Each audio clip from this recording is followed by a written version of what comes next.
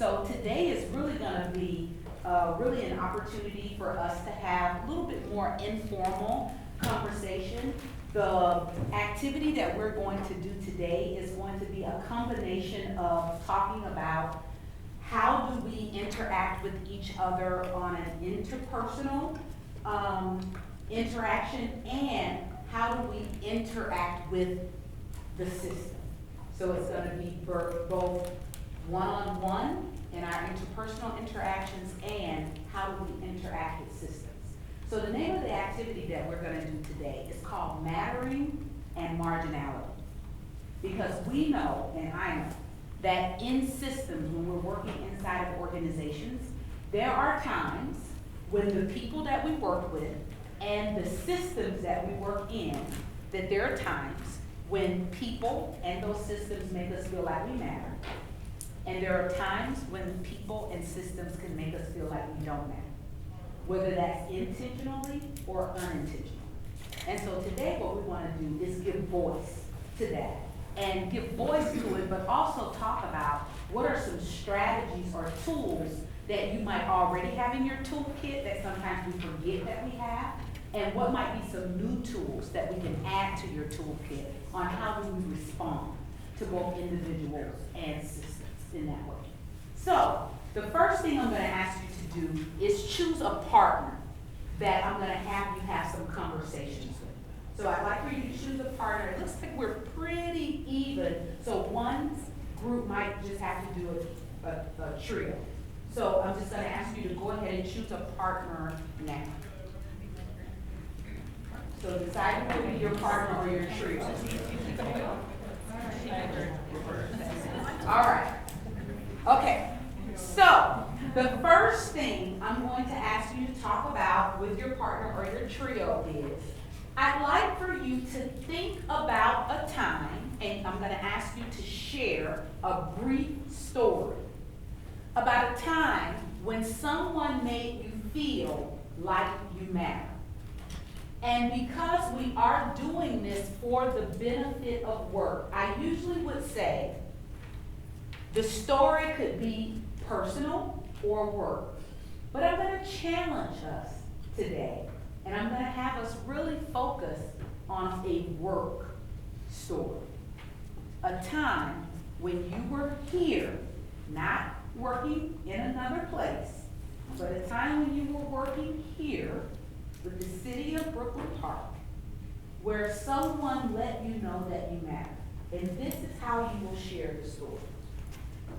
You're going to tell us the cue, the feeling, and the behavior. So I'm going to model a story and share with you the cue, the feeling, and the behavior. So I remember working for the Girl Scouts.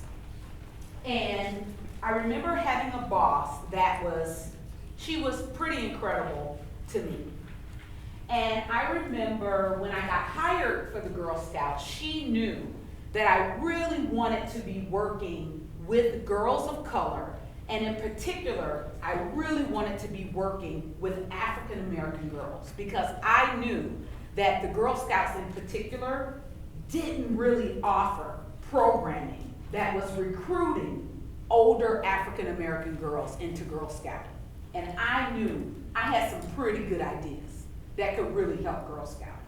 However, the position that they had available put me in Hastings, Rosemont, Apple Valley, and Eagan.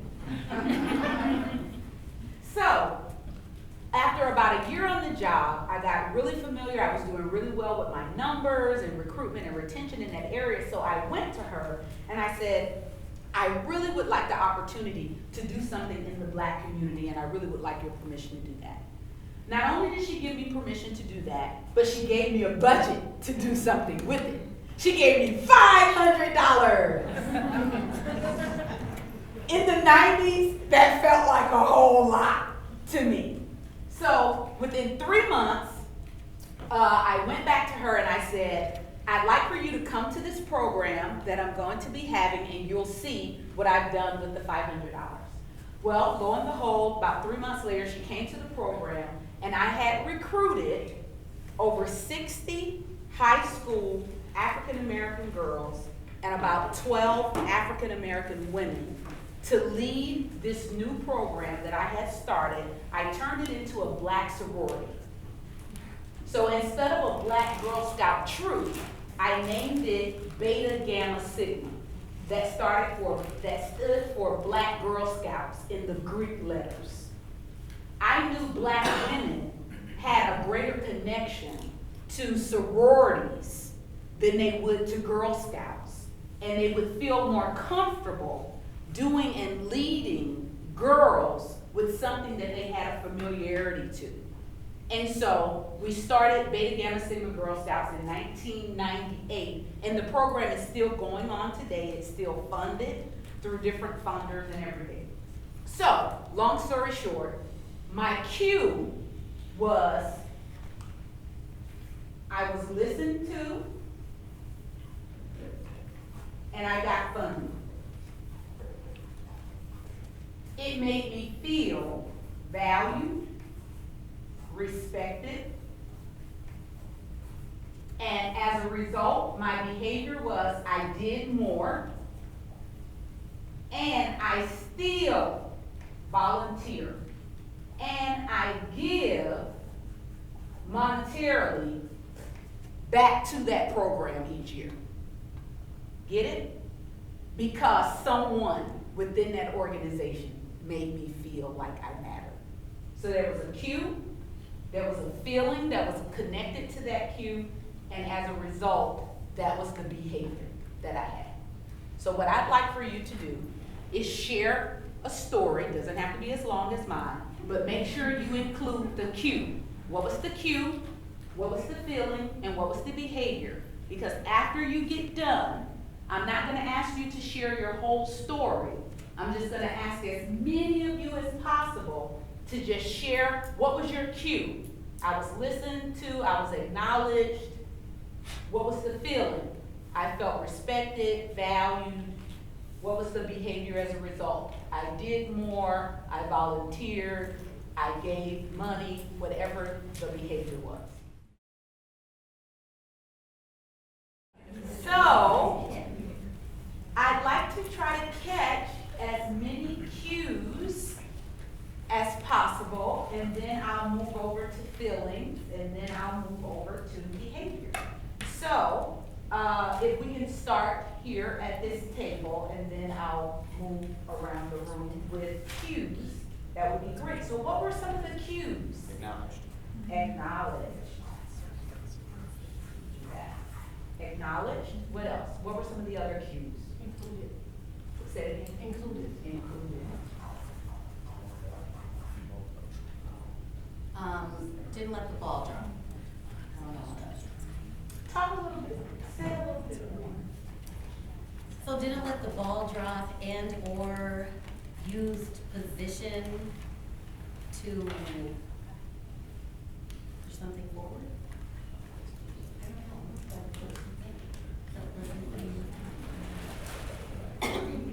Yeah. What she said.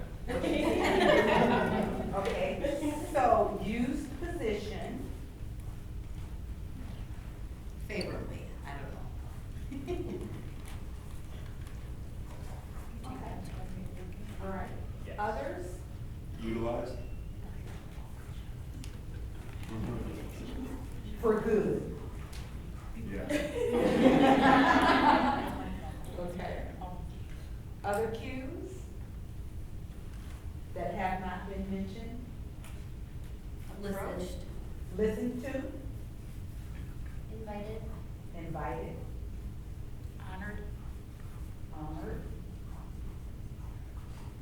How were you honored?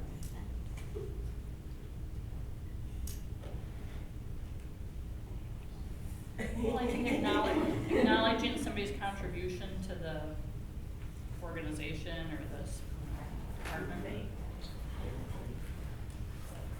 How about that you get a potato? Well, there you go.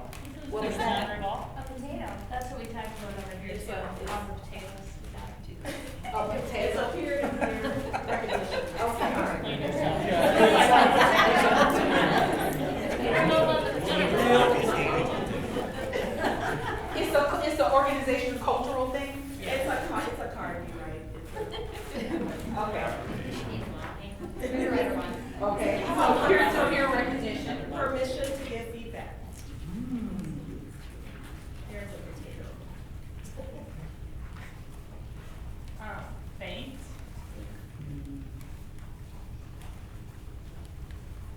remembered.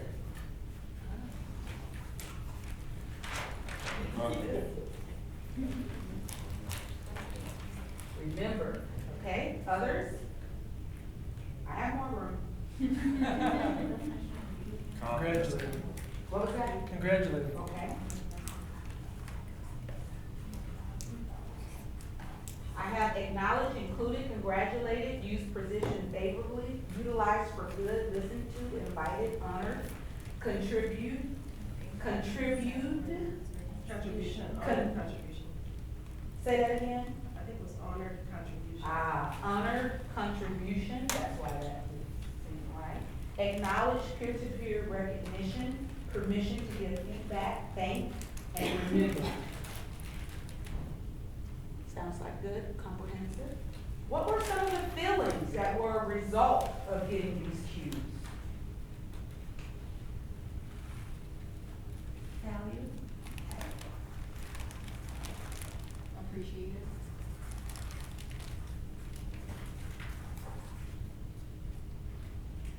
Pride. Warm and fuzzy. I was gonna say that. Empowered. Excited. Motivated, What was that? motivated,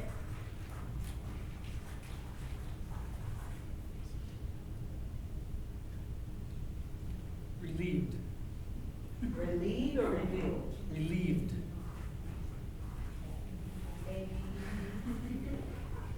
Relieved. Okay.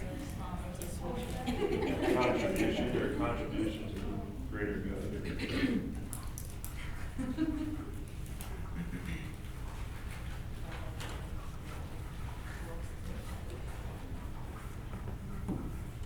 Okay. Value, appreciated, pride, warm and fuzzy, empowered, excited, motivated, relieved, contributed to the greater good. Included. Impactful. Impactful.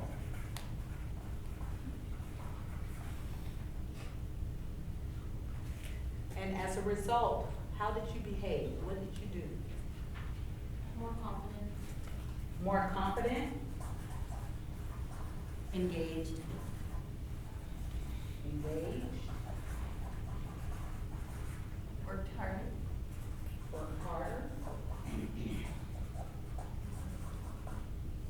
Recommitted. Recommitted? Consistent.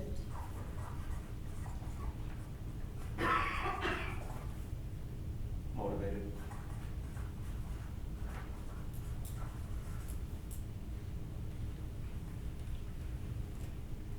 Perseverant.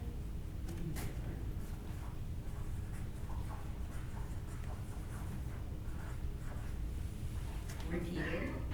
Said, Repeated, like, the behavior, whatever the issue was or whatever it was. repeated, did it Gonna do it again. again, yeah.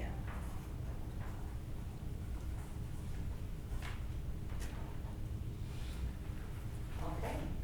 As a result, I became more confident, I engaged, I worked harder, I recommitted, I was more consistent, I was motivated, I persevered, I repeated that behavior, I did it again. Okay. Just like working with people and working in systems can send us cues, feelings, and have us behaviors of making us feel like we matter, there's the opposite side of that, where we can also get cues that make us feel like we are marginalized. The last organization that I worked for before starting Pink Consulting, I worked for a membership organization. And this membership organization was comprised of 40 private high schools in the state of Minnesota. And I remember being in a meeting, and the president of the organization, who was fabulous, one of the members asked a question, and the president said, "I'm sure Phyllis could give us some insight on that." And as I began to stand up to give some insight on that, of which I had some insight, two of the members cracked a joke, and the joke was about my age. It was something along the lines of, she's not even old enough to know about that or remember that, something to that effect. I felt like it was totally inappropriate. And so at first, the cue in my mind was an inappropriate joke. The feeling was, at first, I was mad, but the more I thought about it, I became pissed.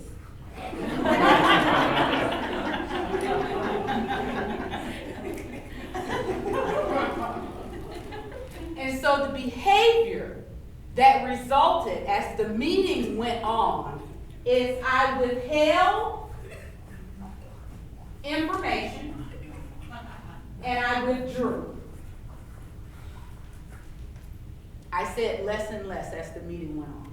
And I knew I had information that could be of value and of service. Okay? So that was the result of feeling marginalized. So as you can see, the story was way shorter. Wasn't it? Right? Less warm and fuzzy feelings about it. So experiences of marginalization.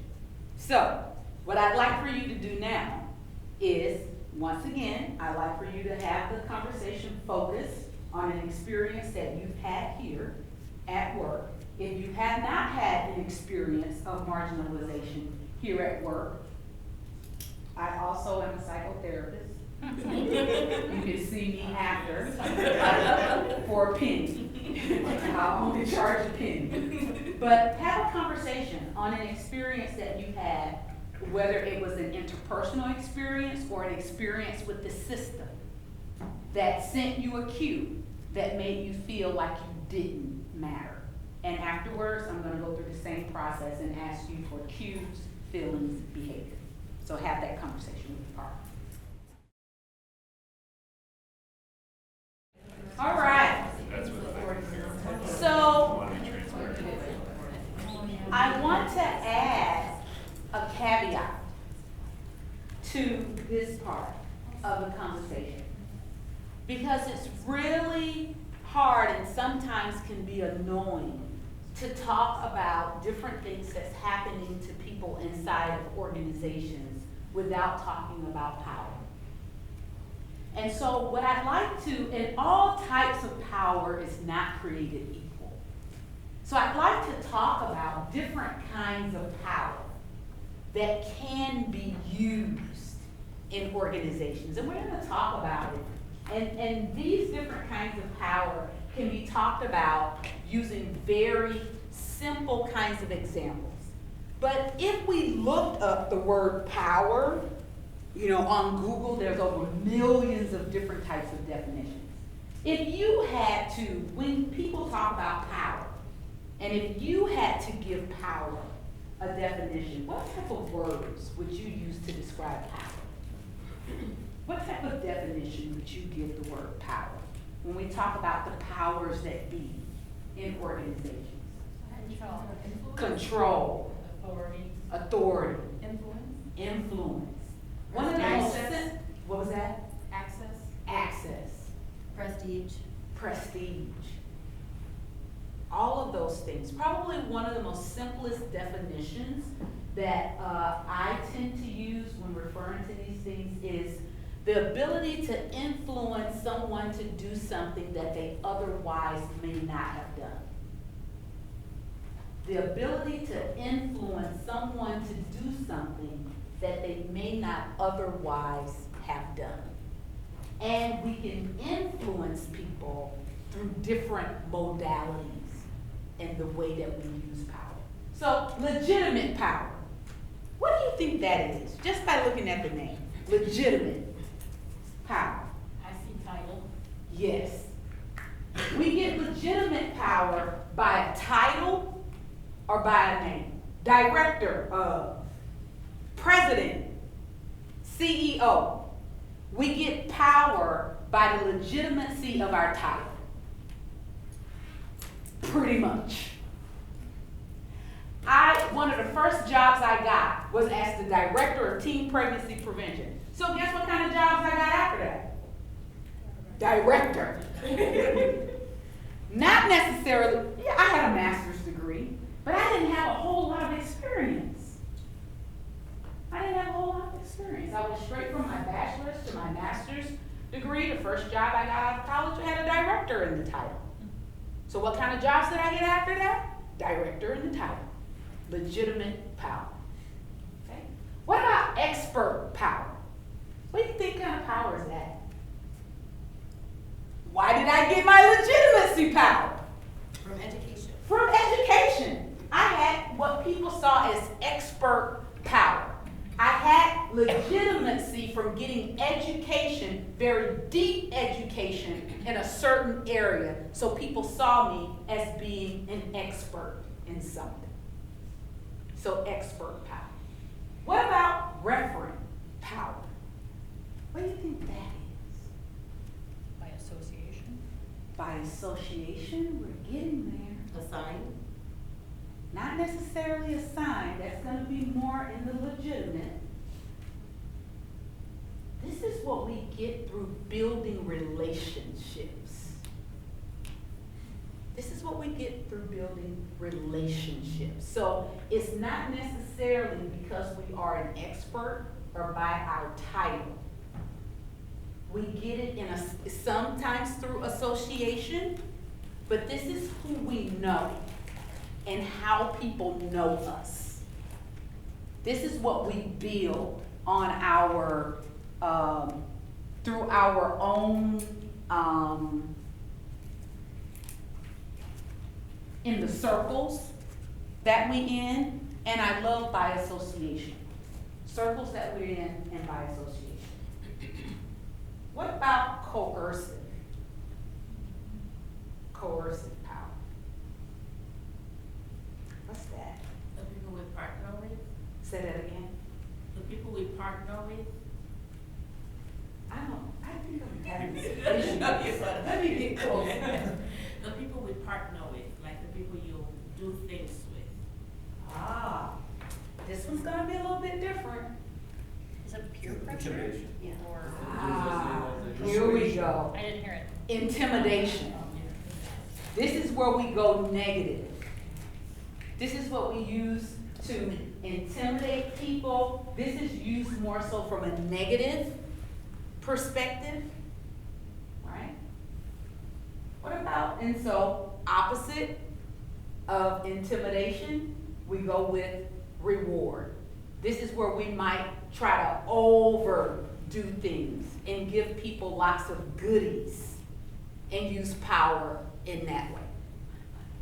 What do you think the research shows as having which two being the most powerful, being the most positive and getting you the best response as a leader? There's two that works in tandem with each other that gets us the best response. And in fact, they say leaders that have these two are the most effective leaders. Reverent and expert. Oh.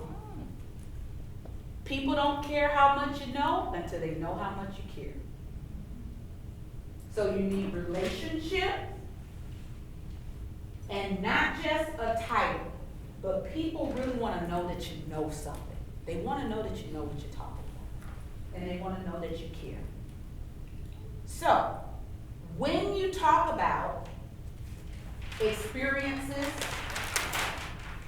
of this marginality, I want us to add in, I'm going to ask, if you feel comfortable or if you were aware, if you had to think back on what type of power, if any, the person was using when they were sending their cue that led to your feeling and your behavior. If you had to name what type of power what's being used, I'd like for us to get some practice naming. Because sometimes we know that folks are using power, but when we don't have a vocabulary to articulate what's being used with us, the experience goes unfinished.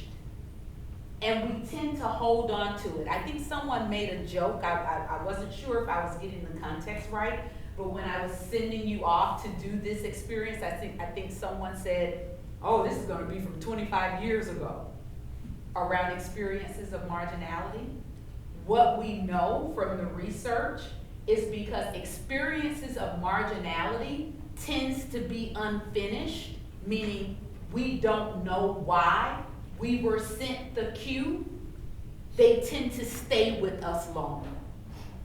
Whereas experiences of mattering tend to be more recent kinds of experiences. And times when we didn't feel like we matter tend to stay with us longer. So, also about experiences of marginality is they don't feel good talking about it. And in fact, if the reason why I wanted to have you talk about them with just one person or in smaller first is because experiences of marginality can make us feel like we're right back in that situation.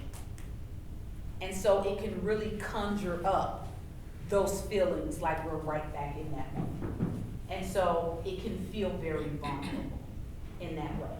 So I totally understand it, and we're not gonna judge in this space if you don't want to share that particular experience.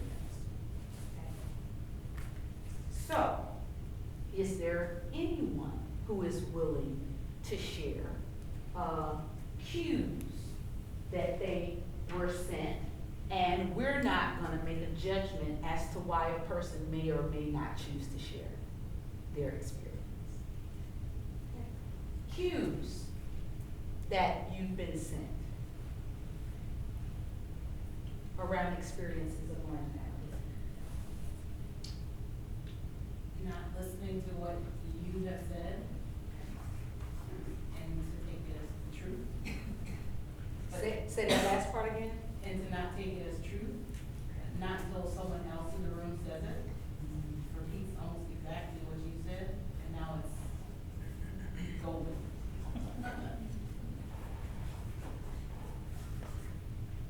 Good summary.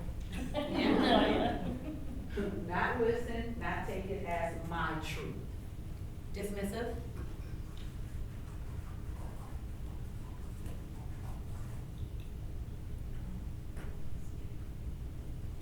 Like ignored my request.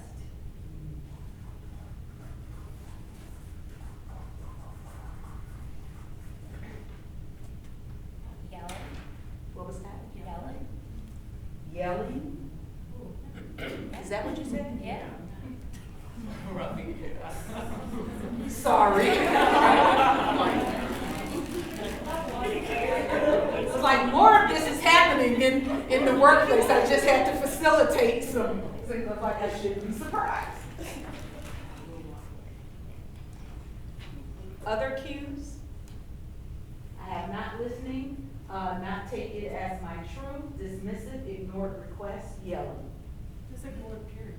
Ignored, period.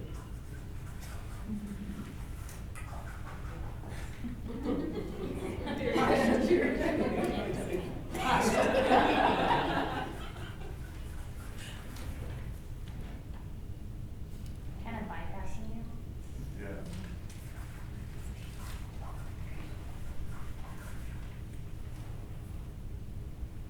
So I'm not even gonna ask you.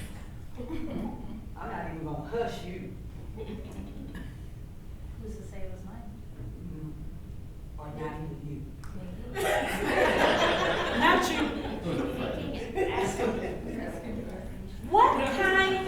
What kinds of power, even if you didn't say what your cue was, what kinds of power were used in some of your marginality experiences? Legitimate and coercive. Oh, isn't that powerful? When you think about the definitions of those two, because it's my job, I have the title to be able to enact this thing, and because it's coming from a punishable place, a place of punishment. Any other kinds of power? Okay, what about feelings? If somebody is telling you just because I told you so and it's in my role, I can tell you that, and it's coming from a place of punishment, I can only imagine the type of feelings that these cues lead to. So what type of feelings? Pissed. I'll add mine to that. Upset. Upset. Resentful. Say that again. Resentful? Withdrawn. What was that? Withdrawn. Frustrated. Sad. Alienated. Alienated. I'm sorry. Can't say it. Alienated.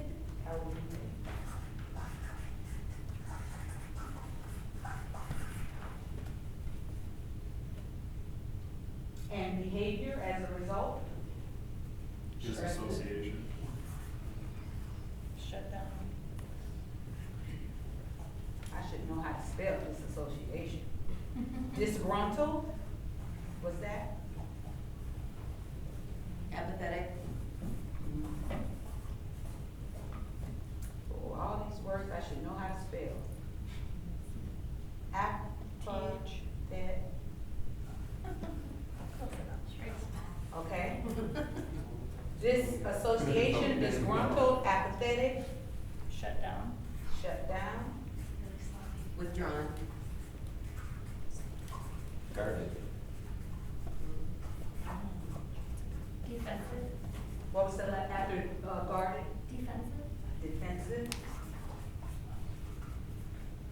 I have a behavior, is, to add to the aggressive,